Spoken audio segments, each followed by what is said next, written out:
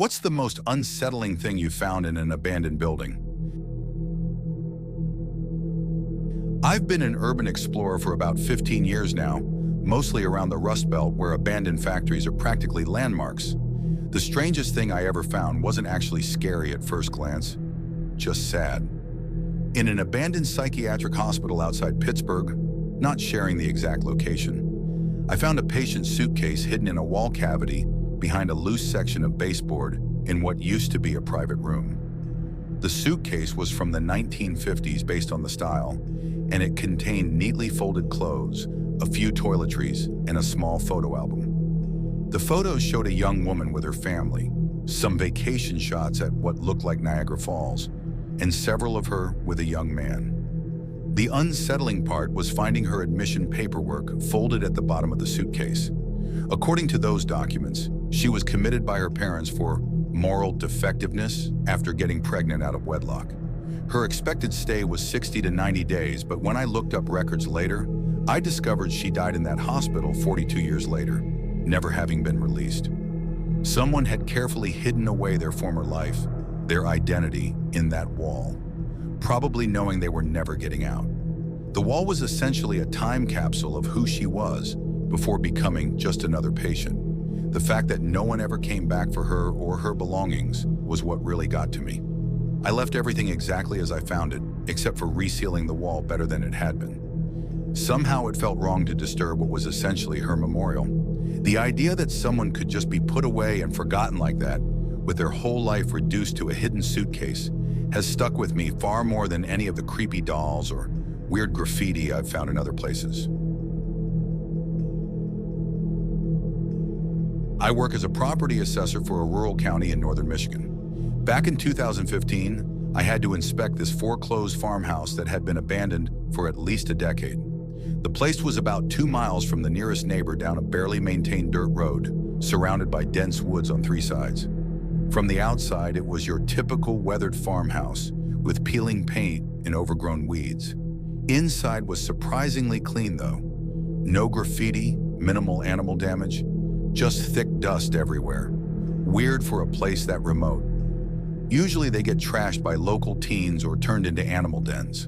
The truly unsettling part came when I reached the second floor. There were 3 bedrooms, and in the smallest one at the end of the hall, someone had methodically lined the walls with hundreds, maybe thousands, of Polaroid photos, floor to ceiling, carefully arranged in neat rows. Every single photo showed the exact same thing. The view from the bedroom window looking out at the overgrown field and tree line. Same angle, same framing, just taken at different times of day and in different seasons. Based on the vegetation changes and weather conditions visible, these photos spanned at least 5 to 6 years. The dates written in small handwriting on the bottom of some confirmed this. The final photo was dated just 2 weeks before I arrived. The electricity had been shut off for years according to our records. The house was officially vacant.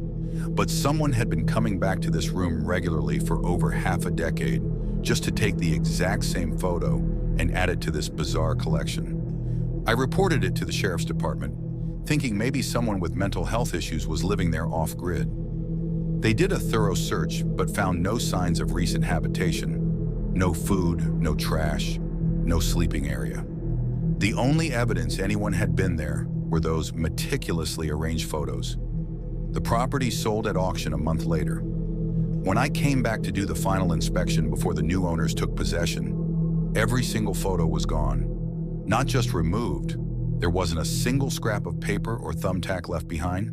The walls were completely bare, as if the photos had never existed. I still drive by that house sometimes when I'm working in the area. The new owners renovated it into a nice summer home. I've never told them what I found, but I always wonder if whoever was taking those photos is still watching that view from somewhere else. During my junior year of college, I was part of a student documentary team filming a piece on the decline of American manufacturing.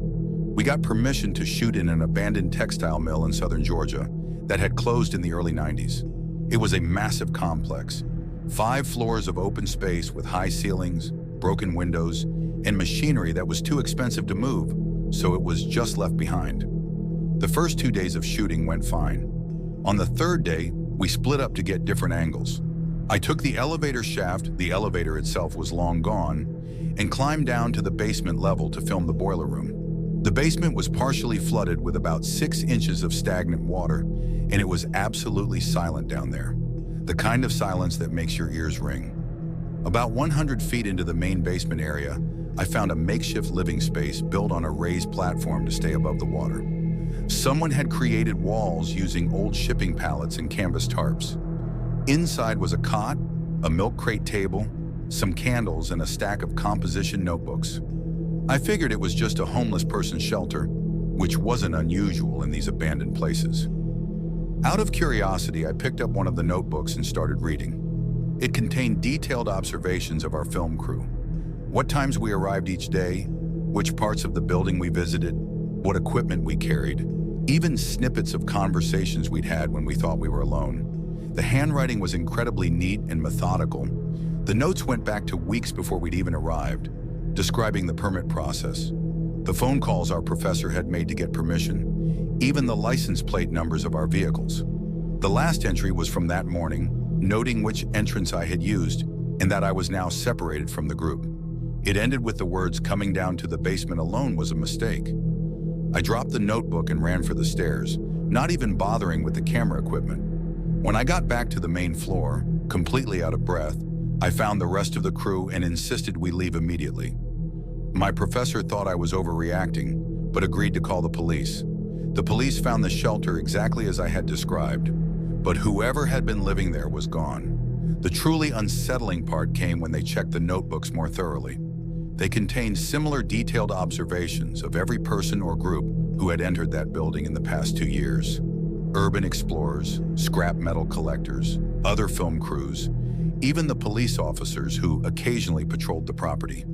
The final pages of the last notebook included floor plans of each of our homes, accurate down to the furniture layout in my apartment. I changed apartments immediately and dropped the documentary class. The police never found out who had been living there or watching us. The building was demolished the following year. I still check over my shoulder whenever I enter an abandoned place. Actually, I check over my shoulder pretty much everywhere now.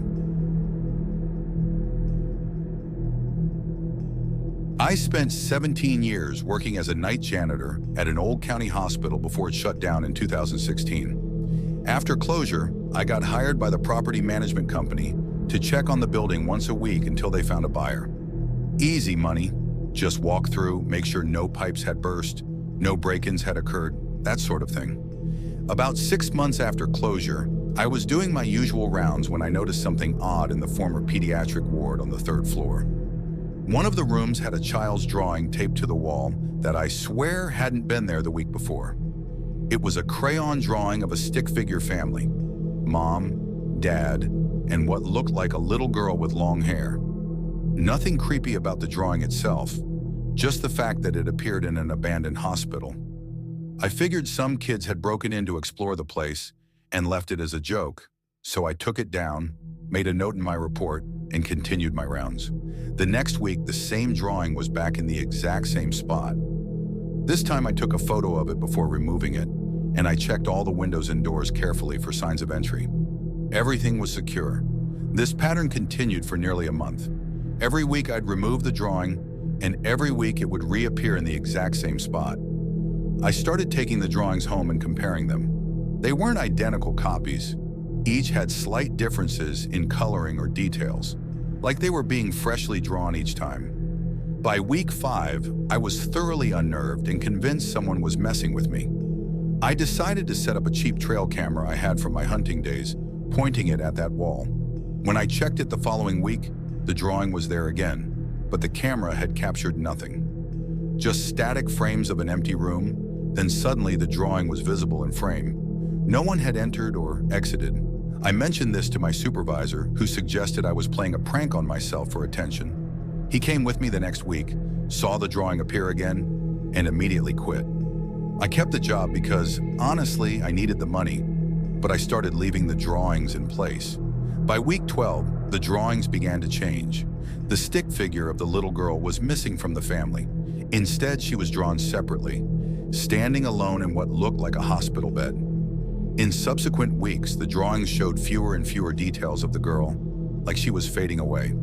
In the final drawing, week 23, there was just the mom and dad stick figures, holding hands with a blank space between them where the girl had been. That was also the week we finally got a buyer for the property, a development company planning to convert the hospital into luxury apartments.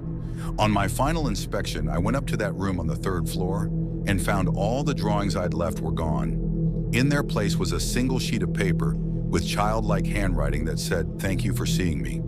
I never told the new owners about any of this.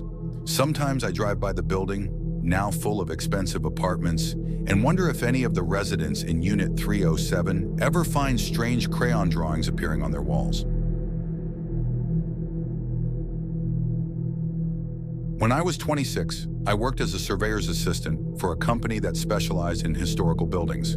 This was in New Orleans, where there's no shortage of old structures with complicated histories. My most disturbing experience happened in 2014 at an abandoned hospital that had been heavily damaged during Hurricane Katrina and never reopened. The building had been abandoned for almost 9 years at that point, and nature was reclaiming it rapidly. Mold crept up the walls, vegetation pushed through broken windows, and small animals had made homes throughout the structure. Our job was to assess if anything could be salvaged before demolition. On our 3rd day there, my supervisor sent me alone to the basement to measure and photograph the foundation. The basement had partially flooded during Katrina, but had since dried out, leaving behind a layer of dried silt and debris everywhere. The air was thick with dust and that distinctive smell abandoned buildings get, a mix of mildew, rust, and decay. I was taking measurements of a back storage room when my flashlight beam caught something reflective in the corner. Pushing aside some fallen ceiling tiles, I found an old filing cabinet that had been knocked over. Most of the drawers were empty or filled with water-damaged papers, but the bottom drawer contained something wrapped in plastic sheeting. Curiosity got the better of me, and I carefully unwrapped it to find a stack of patient files that had somehow stayed dry. They were all from the hospital's psychiatric ward, dated between 2001 and 2005. What made me uncomfortable was that each file had the same handwritten note paperclipped to the front, "Subject suitable for Program 437. There was nothing in the files explaining what Program 437 was, but the patients selected all shared certain characteristics. They were all without family contacts, most were homeless or transient before admission, and all had been diagnosed with conditions that required heavy medication. The truly unsettling part came when I checked the patient outcome section of each file. Every single patient had the same final note: transfer completed August 27, 2005, which I realized with a chill was 3 days before Katrina hit. The transfer destination field was blank on all files. I brought the files to my supervisor, who got very quiet after looking through them. He made a phone call I couldn't hear clearly, then told me to leave the files exactly where I found them and never mention them to anyone. He said some things were above our pay grade. The next day when we returned, the entire basement had been taped off as structurally unsafe, and we were told by security personnel, who hadn't been there the previous days, that the area was off limits. 2 weeks later, the demolition schedule was suddenly accelerated, and the building was torn down before our survey was even completed. I tried researching Program 437 later, but found nothing concrete. The only reference I could find was to a 1960s military project with the same designation, but it appeared unrelated. About a month after the demolition, my supervisor was transferred to a different division, and I was laid off due to budget cuts. What haunts me isn't just what might have happened to those patients, but how quickly and efficiently all traces of the question were erased once I stumbled upon it. Sometimes the scariest thing isn't what you find, but the response your finding triggers from people with more power than you. I used to work for the National Park Service in Wyoming, and part of my job involved checking on abandoned homesteads within park boundaries. Most were just rotting cabins with nothing inside except animal droppings and the occasional rusty tool. But there was one place that still gives me nightmares. It was an old ranger station from the 1930s that had been abandoned since the 60s when a newer facility was built closer to the main road. The building sat about 4 miles off any trail, nestled in a small valley that didn't get many visitors. I was sent there to assess if it should be demolished or preserved as a historical structure. The station was a simple two-room cabin with a small attached storage shed. From the outside, it looked fairly intact despite decades of harsh mountain winters. Inside was mostly empty except for a metal desk, some broken chairs, and shelves full of moldy logbooks and ranger manuals. I was photographing the interior when I noticed something odd about the floorboards near the back wall. They were newer than the rest of the floor and didn't quite match in color. I pried one up with my multi-tool and discovered a crawl space underneath that wasn't on any of the building plans. Using my flashlight, I could see it was about 3 feet deep and extended under the entire cabin. I enlarged the opening and lowered myself down, thinking maybe it was used for storage. What I found instead was a carefully constructed living space. A bedroll, kerosene lamp, stacks of canned food with labels from the 1980s, and dozens of notebooks. The notebooks contained daily observations of the wildlife, weather, and any hikers that passed nearby. The entries started in 1967, just after the station was officially abandoned, and continued until 1994. Nearly 30 years of someone living under this cabin without the Park Service having any idea. The final notebook ended mid-sentence. The last entry described hearing them coming up the valley and needing to hide. There was no explanation of who they were. The creepiest part wasn't the hidden inhabitant, though. It was what I found scratched into the dirt floor in the farthest corner of the crawl space. A perfect detailed map of the entire park, including features that weren't on official maps. Unmarked caves, seasonal springs, and game trails. And all around the edges of this map were the words, "They are not rangers," carved repeatedly. I reported everything to my supervisor, who immediately contacted regional headquarters. Within 48 hours, a special team arrived to remove everything from the crawl space. I was told the cabin would be preserved for historical research and was reassigned to a different sector of the park. 3 months later, I ran into the archaeologist who'd been part of that special team. After a few beers, he confided that they'd found similar hidden living spaces in 6 other abandoned structures throughout the park system, all with the same type of journals and maps. All stopped abruptly in the mid-1990s. I left the Park Service the following year. Sometimes when I'm hiking and see a ranger station in the distance, I can't help but wonder who's really living there and what they might be watching for. I've been mapping abandoned places as a hobby for almost a decade. I create detailed floor plans of forgotten buildings and post them online for other urban explorers. My weirdest experience was in a small abandoned sanatorium in upstate New York, built in the 1920s for tuberculosis patients. The main building had been thoroughly picked over by scrappers and vandals, with most fixtures and anything of value long gone. What caught my attention was a small outbuilding about 200 yards behind the main structure that wasn't on any of the original property maps I'd researched. It was a simple concrete rectangle, partially buried into a hillside with a single steel door. The door was rusted but still secure with a padlock that took some effort to break. Inside was a single room about 20 feet square, with concrete walls and no windows. The floor had 6 rectangular depressions arranged in 2 rows of 3, each about the size of a hospital bed, but sunken into the concrete itself. Each depression had metal brackets embedded in the corners where restraints could be attached, and drainage channels led from each to a central drain in the middle of the room. The walls were covered in small, precise handwriting, thousands upon thousands of tallies, dates, and initials. Some sections appeared to be in different handwriting styles.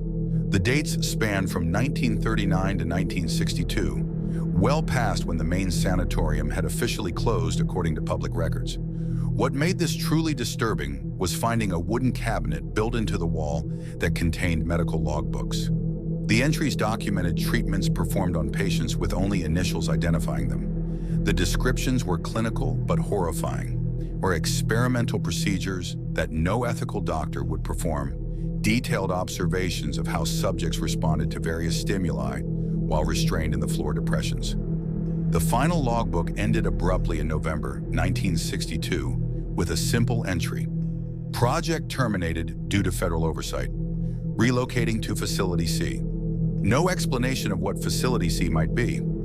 I took photos of everything and copied down as much information as I could. When I got home, I tried researching the doctors' names from the logbooks. 3 of them had legitimate medical careers at prominent hospitals after 1962, with one even receiving a humanitarian award in 1971. There was no mention anywhere of their work at this facility. I posted my findings on an urban exploration forum, including coordinates of the building. 2 days later, my account was suspended for posting false information. When I created a new account and tried to repost, I discovered the entire thread had been removed for glorifying illegal activity. A week later, I drove back to the location, intending to gather more evidence with better photography equipment. The small concrete building had been completely demolished, with fresh bulldozer tracks still visible in the mud. The main sanatorium building remained untouched. I never posted about it again publicly, but I sent copies of my photos and notes to a journalist friend. She started looking into it, but stopped responding to my messages after a few weeks. When I finally ran into her at a coffee shop months later, she acted like she had no idea what I was talking about and quickly left. I still have the original files backed up on multiple drives, but I've never shown them to anyone else. Some buried secrets don't want to be found.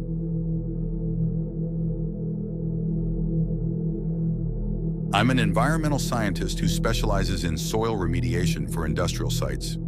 About 5 years ago, my team was called to assess an abandoned chemical manufacturing facility in eastern Pennsylvania that had been shut down in the late 1980s after failing multiple EPA inspections.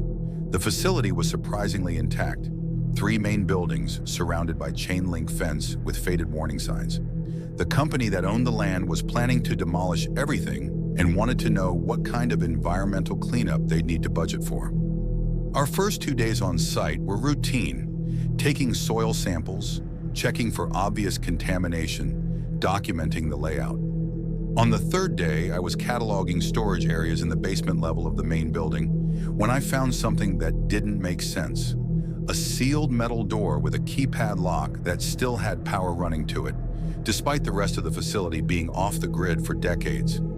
I reported it to the property manager, who seemed genuinely confused.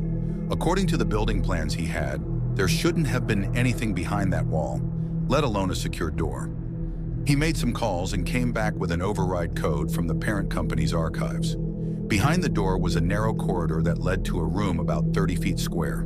Inside were rows of filing cabinets and a large industrial freezer that was still running. The freezer contained hundreds of soil samples in labeled containers, each with a date, location code, and a series of numbers that didn't match any standard environmental testing protocol I was familiar with. The filing cabinets held research notes dating from 1973 to 1988, documenting what appeared to be experiments on soil bacteria designed to break down specific chemical compounds. That wasn't unusual in itself. Bioremediation is a legitimate field. What was disturbing were the later files, which described releasing these modified bacteria into local farmland through the facility's wastewater and documenting the effects. The researchers had created bacteria that could consume certain industrial pollutants, which sounds beneficial until you realize they were essentially using the surrounding community as unwitting test subjects. Some of the notes mentioned accelerated crop growth and anomalous vegetation patterns in farms downstream from the facility. Other entries documented unexpected animal effects, including unusual tumor growth in livestock. The most recent files contain medical records, not of the researchers or facility workers, but of local residents. There were decades of cancer rates, birth defects, and unusual medical conditions, all tracked by proximity to the contaminated watersheds. The company had been monitoring the health impacts of their experiments without ever informing the community or health authorities. I immediately reported my findings to my supervisor in the EPA. Within 48 hours, a hazmat team had cordoned off the entire facility. My team was asked to sign non-disclosure agreements, which I refused. 2 weeks later, I was fired for unrelated budget constraints. Before I left, I copied as many documents as I could and sent them to a contact at a major newspaper. The story never ran.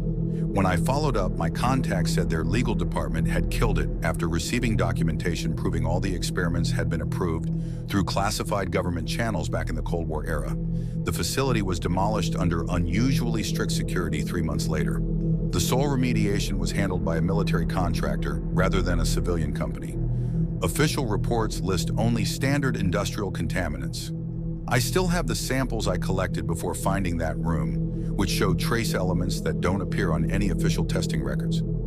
I've never been able to get another job in environmental science despite my credentials.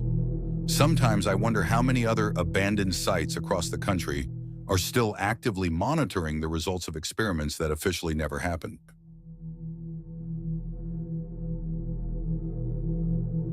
I've been a paramedic in rural Appalachia for almost 20 years. We get called to all sorts of places, including abandoned properties where homeless people or drug users might be in trouble.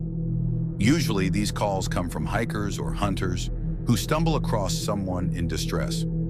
4 winters ago, we got a call about an unconscious person in an abandoned coal company office that had been empty since the mine closed in the 1970s. The building was about 15 miles from town up a barely maintained access road. It had been snowing heavily for days, and we were the only emergency vehicle that could make it through. When we arrived, the building looked completely deserted. Broken windows, collapsing roof, the usual.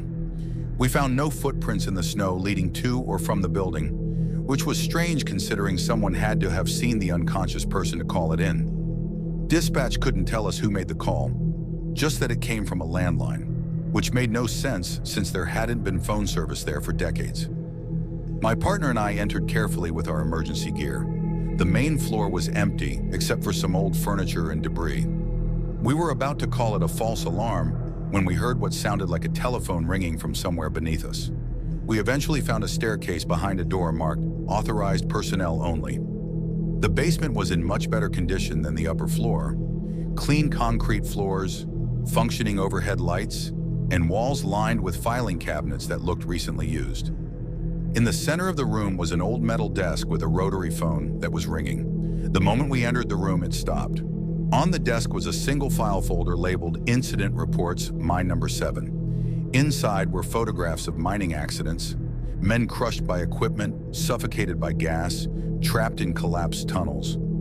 Each photo was meticulously labeled with the miner's name, date of death, and a strange notation: compensation status denied. What disturbed me most was recognizing some of the names. They were the grandparents or great-grandparents of families I treated over the years. Families with unusual congenital conditions that had always been attributed to mountain genetics, but were concentrated around this particular mining community. As we were looking through the file, the phone rang again. My partner answered it instinctively. I could hear only his side of the conversation. "Yes, we're the paramedics." "No, we haven't found anyone." "What do you mean, look in the cabinet?" He hung up and went to the filing cabinet in the corner. The drawer labeled 1952 contained not files but a small wooden box. Inside the box was a glass vial filled with black powder and a document on company letterhead titled "Test Results, Coal Dust Exposure Study." The document detailed deliberate exposure of miners to concentrated coal dust to determine minimum safety standards, with cost-benefit analyses weighing safety equipment expenses against expected medical compensation for those who would develop black lung disease. As we were reading, the lights suddenly went out. When we turned on our flashlights, we saw what we had missed before. The walls behind the filing cabinets were covered in handwritten names, hundreds of them, along with dates spanning from the 1950s to the 1970s. My light landed on a section where someone had written in larger letters, "They knew and did nothing." We grabbed the file and the vial and got out of there as quickly as we could. When we reached the ambulance, the snow had stopped, and our radio suddenly worked again. We called dispatch to ask about the original call, and they had no record of it in their system. 2 days later, I tried to go back with the sheriff, but we couldn't find the access road. It was as if it had been completely erased from the landscape. The file and vial I'd taken were missing from my locker at the station. The only proof I have that any of this happened is that cases of the same rare respiratory conditions keep showing up in descendants of those miners, 4 generations later. Every time I treat one of these families, I wonder what was in that black powder and whether the company is still somehow monitoring its experiment.